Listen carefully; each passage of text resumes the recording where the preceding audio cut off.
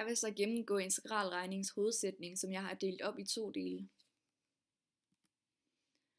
Den første del af hovedsætningen har de forudsætninger, at funktionen f er ikke negativ og kontinuert i intervallet a til b. Derudover er arealfunktionen a fastlagt ved, at a er x, angiver arealet af området mellem x-aksen, og grafen for f i intervallet a til x, hvor x tilhører intervallet a til b. I så fald gælder det, at a mærke af x lige mod f af x, og det vil altså sige, at a er stamfunktionen af f. I anden del af hovedsætningen har vi de forudsætninger, at funktionen f er ikke negativ og i intervallet a til b. Derudover at store f er en vilkårlig stamfunktion til f i det interval.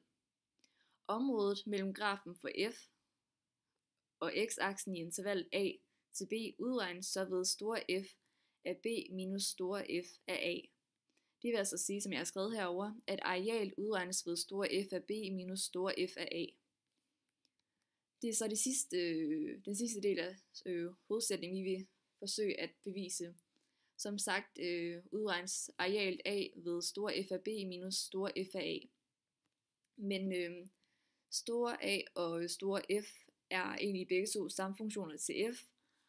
Den eneste forskel på dem er sådan set en konstant, som vi har skrevet på hernede.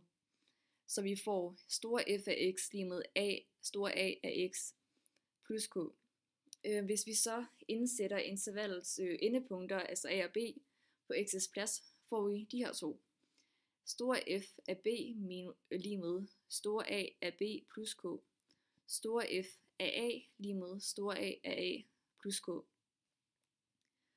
Så trækker vi så venstre side fra hinanden og højre side fra hinanden. Så vi har store f af b minus store f af a lige med store a af b plus k minus store a af a plus k.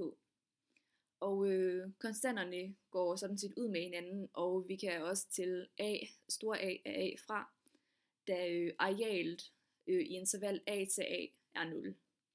Og derfor ender vi med det her store f af b minus store f af a lige med store a af b, som også var det, som vi skulle bevise i anden del af hovedsætningen, altså at arealet i interval a til b kan udregnes ved store f af b minus store f af a.